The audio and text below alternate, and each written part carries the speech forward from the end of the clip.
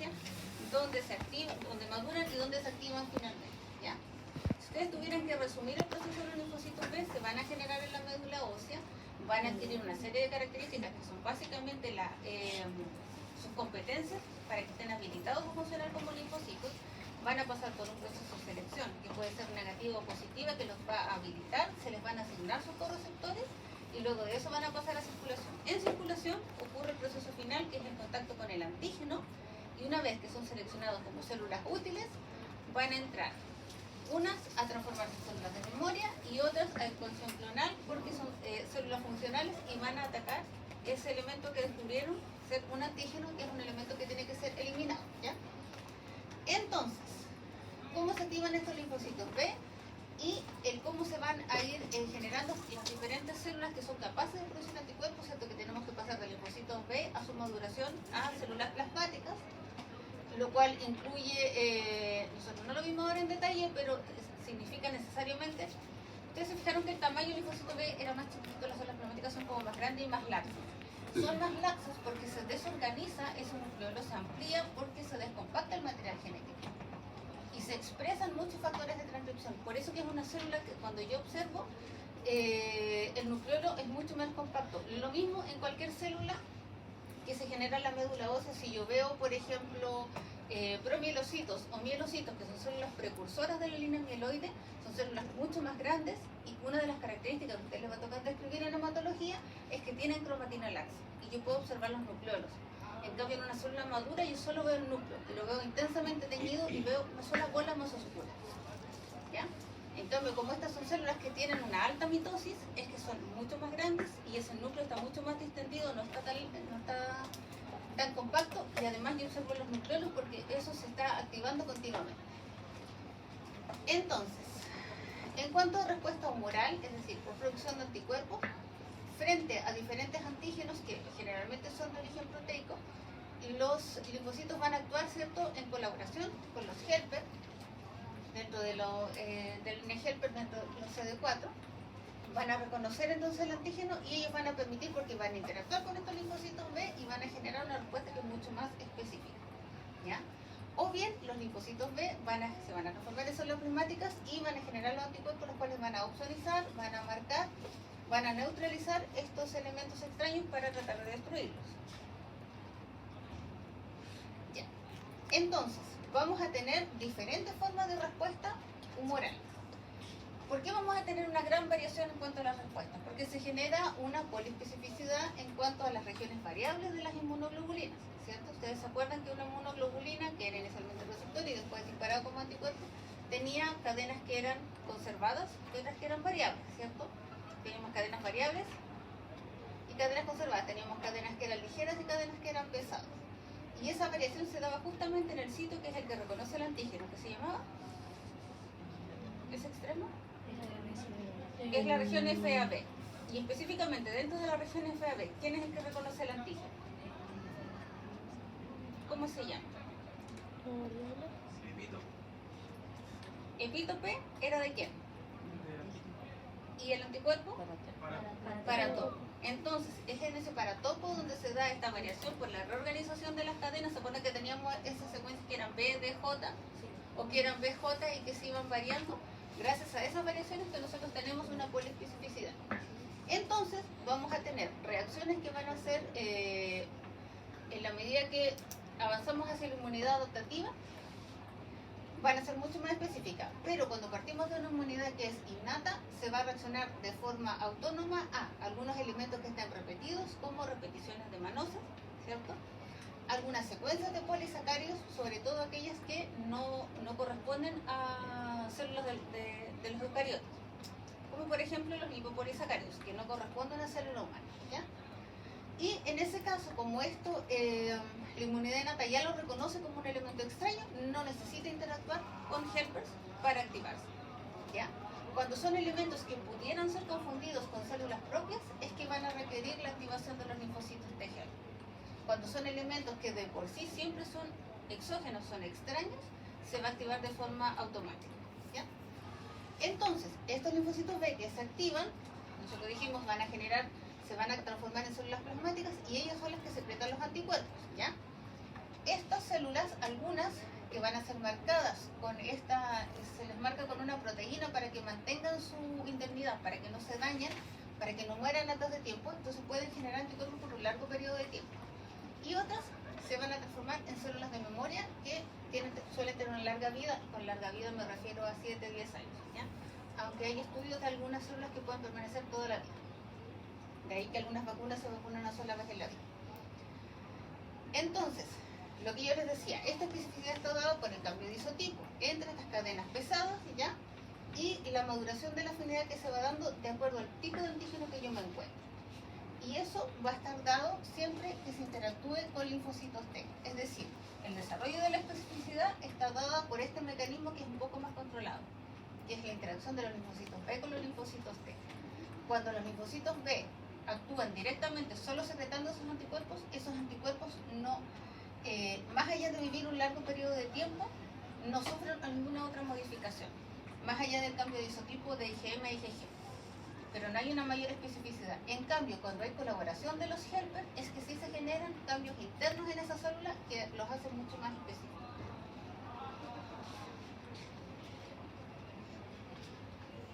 Lo que habíamos visto, lo mismo que les hablé recién. Entonces, yo tengo el reconocimiento del antígeno, ¿cierto? Este linfocito B está en reposo, es un linfocito de la inmunidad innata, por lo tanto expresa predominantemente receptores inmunoglobulinos de tipo IgM, o también puede ser de IgD, que estas son las que se van a convertir en IgG, en IgA, en IgE, etc.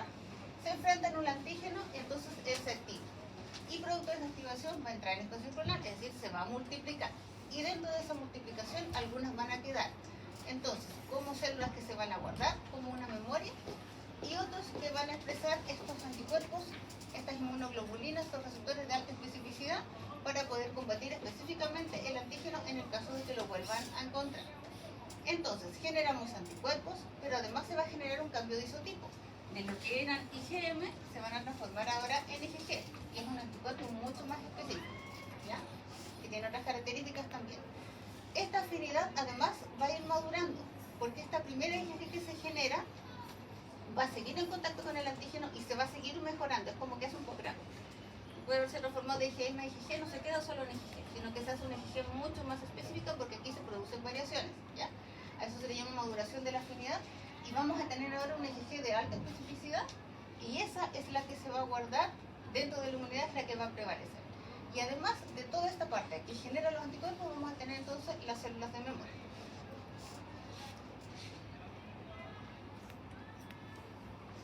Entonces hay dos puntos de maduración, el cambio de isotipo de IgM a IgG y dentro de la generación de las IgG que se hagan mucho más específicos.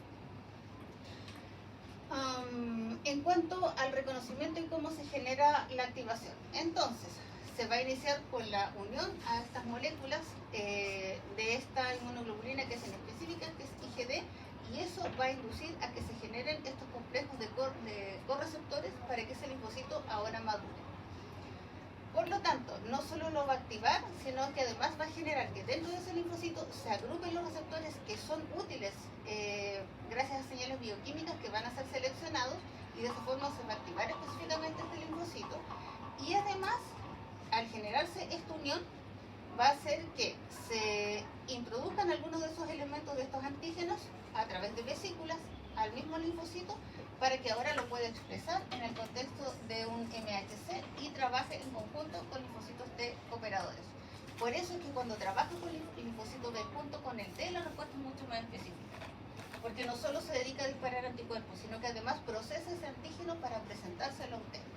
Y para que este T llame también un citotóxico.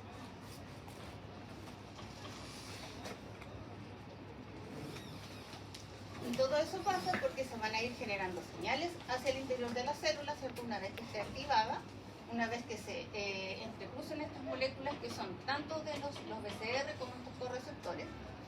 Y vamos a tener entonces las mismas inmunoglobulinas que van a actuar como correceptores y que nosotros dijimos que tenían estas colitas que eran intracitoplasmáticas que van a transmitir información hacia el interior de la célula. Se van a generar estas señales, ¿ya?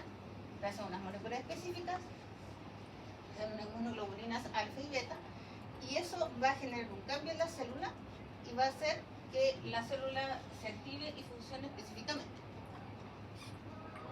Entonces, la inmunoglobulina con sus regiones pesadas, sus regiones livianas, las regiones variables que están en los extremos, la región la bisagra, la región FC, la región FAB, aquí los paratopos de la inmunoglobulina. Nosotros dijimos que en la membrana están básicamente no llegando muy al fondo, pero hay estos correceptores que sí se encargan de generar esa activación de esta célula porque son capaces de transmitir esa información. Y eso está dado por estos receptores que se llaman de tipo ITAM y que están basados en fosforilaciones de tirosinas. ¿Ya? El transmitir la señal está basado en la fosforilación de tirosina. Un ejemplo de receptor y correceptor es el CD21-CR2, ya que funciona en los linfocitos B. Existen otros más, pero básicamente para que ustedes lo vean, si yo tengo un microorganismo, ese microorganismo va a estar siendo detectado por varios elementos del sistema inmune. Si ustedes se fijan, van a haber moléculas del complemento que lo van a estar absorbizando y al mismo tiempo va a ser detectado por estas inmunoglobulinas. Y el hecho de haber estado opsonizado le va a reforzar a esta célula que esto se trata de un elemento extraño, ya fue marcado por otros elementos. Entonces va a reconocer la inmunoglobulina a este antígeno con sus epítopos que son extraños, y además vamos a tener correceptores como el CR2 que va a entrar en contacto con esta parte que está opsonizada ya por esta molécula del complemento y va a facilitar esta secuencia de señales que yo le dije que eran fosforilaciones de tirosina para activar ahora esta célula que es el linfocito. Todo eso ocurre al mismo tiempo, ¿ya? No es que el antígeno solo lo detecte la inmunoglobulina o solo lo detecte el complemento. Todo eso se da en conjunto.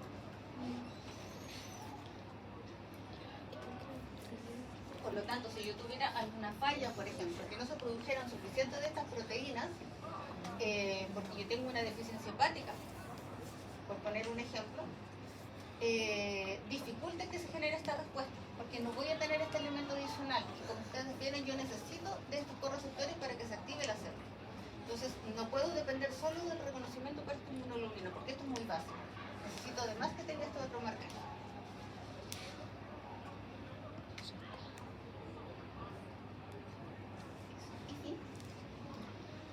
Entonces, gracias a este reconocimiento que nosotros lo vimos que era por varios puntos al mismo tiempo, yo voy a hacer que se modifique el ciclo celular, ¿cierto? Que estaba entonces en un ciclo en particular, lo voy a activar y voy a hacer que se active ese ADN. Se va a desempaquetar y se va a empezar a generar todos los RNA citoplasmáticos y todos los organelos que tienen que ver con biosíntesis se van a activar. ¿Cuáles son los que trabajan en biosíntesis de proteínas? Organelos, no son organelos. Retículo endoplasmático. ¿Qué decía el retículo endoplasmático? ¿No les hicieron hacer una célula con todas las partes? Ya, para hicieron la célula, el retículo endoplasmático, el liso y el rugoso. ¿Cuál es la diferencia entre el liso y el rugoso? ¿Y el rugoso qué tenía? Ribosomas. Ya, pues tenía estos gránulos especiales, ¿ya? Y el liso era lo mismo, pero sin esos gránulos. ¿Y de qué servían estas cosas que eran como túneles? Sirve para transportar elementos. Ya, ¿qué otro organelo conocen? Las mitocondrias. ¿Les suenan las mitocondrias? Ya, ¿cuál es la función de las mitocondrias? Producción de energía. Generar ATP. Sirven para generar ATP. Si es que yo necesito activar el núcleo, voy a gastar mucha energía. Todo esto es un proceso que metabólicamente no le sale para la célula. Se gasta mucha energía, por lo tanto necesita activar esos mitocondrias. ¿Ya? Por eso es que, pasándome a otro punto ya a nivel macro, la pérdida de masa muscular se asocia con una disminución de la expectativa de vida. Porque si yo tengo menos elementos que a nivel celular generan energía, yo tengo menos posibilidades que mis células estén vivas y sean viables. Entonces uno no envejece por muchos factores, se va desgastando la máquina, en fin, pero mientras menos mitocondrias yo tenga disponibles, más rápido va a ser un proceso de envejecimiento. Es por eso que sobre todo las personas de una cierta edad, o de 40 para arriba sobre todo, 30 para arriba diría yo, necesitan hacer ejercicios de fuerza para mantener sus músculos viables y mantener esta reserva de mitocondrias. Si no es lo mismo una años que hace algún tipo de ejercicio o hizo alguna vez algún tipo de ejercicio que una persona que siempre fue sedentaria. Porque los mitocondrios son la base de la vida. Son mi organelo favorito, entre paréntesis. Tengo organelo favorito, así como tengo células favoritas. Y también tengo ramo favorito. Y no es inmuno, es inmune más. Después ya van a ver por qué. Entonces, yo voy a activar todo el sistema de multiplicación de las células y se van a activar el retículo endoplásmico, el aparato de Golgi, se van a activar las mitocondrias, todas en función de que este bendito ADN que estaba compactado se descompacte, así como ustedes lo hicieron en el laboratorio de fundamento. Y empieza a funcionar en pro de esta célula que ahora se va a modificar, porque va a hacer un up, va a subir de nivel, se va a transformar en una célula mucho más específica, ¿ya? Entonces, yo voy a generar la inducción de varios genes que son fundamentalmente antiapoptóticos, ¿ya? Lo que le va a dar a esta célula, ahora que la reconocieron como un elemento bueno, es que no se muera. Ese es el premio, ya que no sea eliminado, porque todas estas células normalmente son eliminadas, generamos muchísimas y van directamente al basurero. Entonces se van a generar estos genes antiapoptóticos para decir, no, esta sirve, así que esta mantengámosla, este elemento es útil, ¿ya? Y se van a activar la proliferación y la secreción de anticuerpos. Ese es el fin último. Pero para eso yo tengo que mover toda la maquinaria celular, activar ese DNA, descompactarlo, hacer que todo el organelo funcione en pro, ¿ya? Y luego estos linfocitos B, que son activos, que son funcionales, van a expresar entonces moléculas de complejo mayor histocompatibilidad de clase 2 y los coestimuladores van a mantenerse en esta antiapoptosis. Eso es lo que van a hacer. Eso resumen con respecto a lo que hemos visto de la maquinaria de linfocitos. Espero que haya quedado un poquito más claro.